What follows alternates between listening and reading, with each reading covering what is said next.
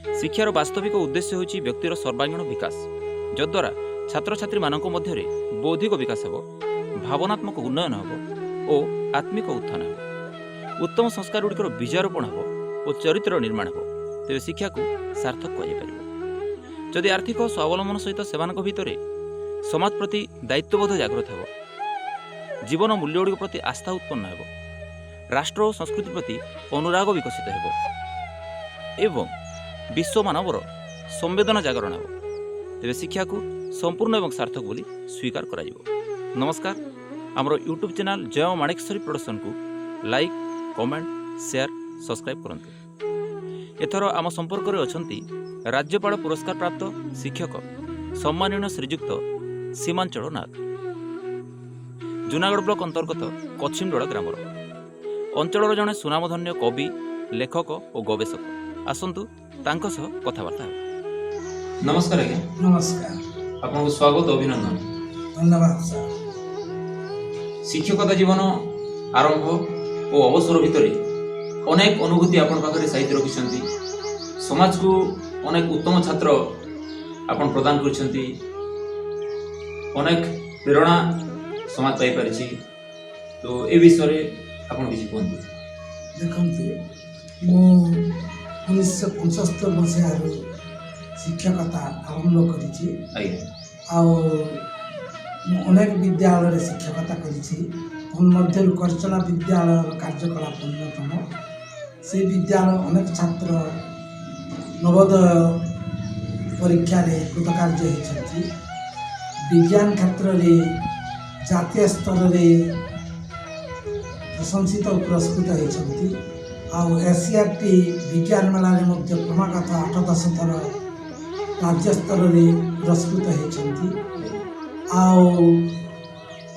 शैक्षिक सहशैक्षिक एवं अणशैक्षिक दिगरे पिला माने जिला स्तर में प्रशंसित और पुरस्कृत होती।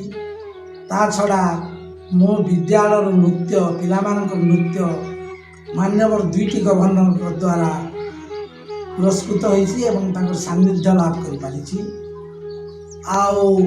से विद्यालय मु गोटे संचय जमा समस्त पिलामानकर परिवार सफलता हासिल करिछि। से विद्यालय परिवेश पाई महावीर सांस्कृतिक अनुष्ठान प्रकृति मित्र पुरस्कार प्रदान करियछन्ति एवं उपखंड स्तर में से परिवेश सुरक्षा निमित्त प्रथम स्थान अधिकार करि पारिछि। मुनिजे शिक्षक मानक प्रतियोगिता रे उपखंड स्तर में अभिनव शिक्षा पद्धति रे प्रथम स्थान अधिकार करी प्रशंसित होइछि। भगवानकर कृपारू से अंचल छात्र शिक्षक भाई एवं अभिभावक एवं समाजर स्नेह श्रद्धा और सान्निध्य पाई मु एभली काम करिछि। मान्यवर राज्यपाल बी सत्यानारायण जेडी मते जने आदर्श शिक्षक भाव पुरस्कृत करिछि। राज्यपाल पुरस्कार पाइबा गोटे गौरवर कथा। आउ ये अनुभूति किपरि थिला? देखंतु मु कोनोसी पुरस्कार आशा रे काम करिनी। से अंचलर स्नेह श्रद्धा और साहचर्य पाई मु काम करिछि। जा फल रे कि विभागीय अधिकारी एवं जिला स्तरीय प्रशासनिक अधिकारी दृष्टि आकर्षण हला। सेमाने मते राज्यपाल पुरस्कार पाई मनोनीत कले एवं पठेले। से अनुभूति मु भाषा रे वर्णना करि पारिबे नाही। ताहा अविस्मरणीय घटना। आपनकर लेखालुखी अनेक पत्र पत्रिका प्रकाश पाइछि और विभिन्न संगठन सहित मध्य आपण जड़ित अछन्ति।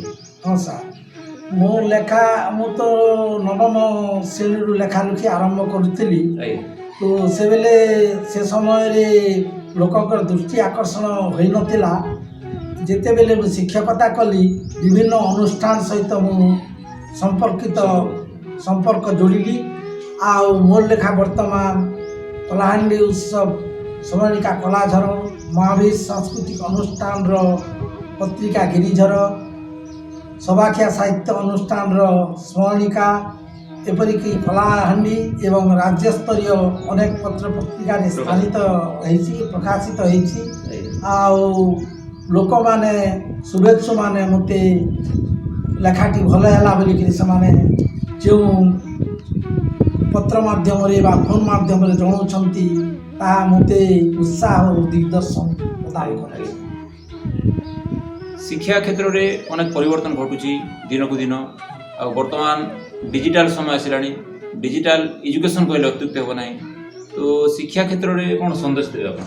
ଦେଖନ୍ତୁ, ଶିକ୍ଷା ବି ଯୁଗୋପଯୋଗୀ ହେବାର କଥା। ଆଜ୍ଞା, ଆଗର ଶିକ୍ଷାନୁ ଏଗର ଶିକ୍ଷା ଅଗ୍ରଗତି କରିଛି, କିନ୍ତୁ କିଛିଟା ମନ୍ଥର ଗତି ଭଳିଆ ମୋତେ ମନେ ହେଉଛି।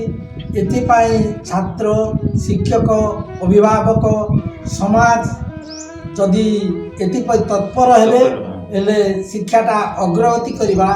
ଯେଉଁ ବ୍ୟକ୍ତି, ଯେଉଁ ଦେଶ, ଯେଉଁ ଜାତି ଯେତେ ଶିକ୍ଷିତ, ସେ ଜାତି, ସେ ଦେଶ, ସେ ବ୍ୟକ୍ତି ତାର ଉନ୍ନତି ଓ ପ୍ରଗତି ସେତେ ଅଧିକ ଦେଖାଯାଏ। ଏଣୁ କଳାହାଣ୍ଡିବାସୀଙ୍କୁ ମୋର ବିନମ୍ର ଅନୁରୋଧ ଓ ନିବେଦନ କରୁଛି, ସେମାନେ ନିଜେ ନିଜେ କର୍ତ୍ତବ୍ୟବୋଧ ହେଇକରି ଆମ ଦେଶ ଓ ଜାତି ପାଇଁ, ଶିକ୍ଷାର ଉନ୍ନତି ପାଇଁ ସେମାନେ ଚେଷ୍ଟା କରିବେ ବୋଲି ମୁଁ ସେମାନଙ୍କୁ ଅନୁରୋଧ ରଖୁଛି। ଶିକ୍ଷକ ଅଟନ୍ତି ଯୁଗ ନିର୍ମାତା, ଛାତ୍ର ରାଷ୍ଟ୍ରର ଭାଗ୍ୟ ବିଧାତା।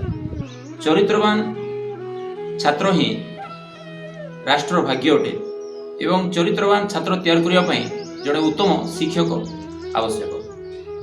ଆଜି ଭଳି ଏ ଅବସରରେ ଆମ ଗହଣରେ ଆପଣ ଆସି ଆମକୁ ଦିଗ୍ଦର୍ଶନ ଦେଇଛନ୍ତି। ଆଉ ସମାଜ ପାଇଁ ଆପଣ ପ୍ରେରଣା ଉତ୍ସ। ଏ ଅବସରରେ ଆପଣଙ୍କୁ ଅନେକ ଅନେକ କୃତଜ୍ଞତା। ନମସ୍କାର। ନମସ୍କାର।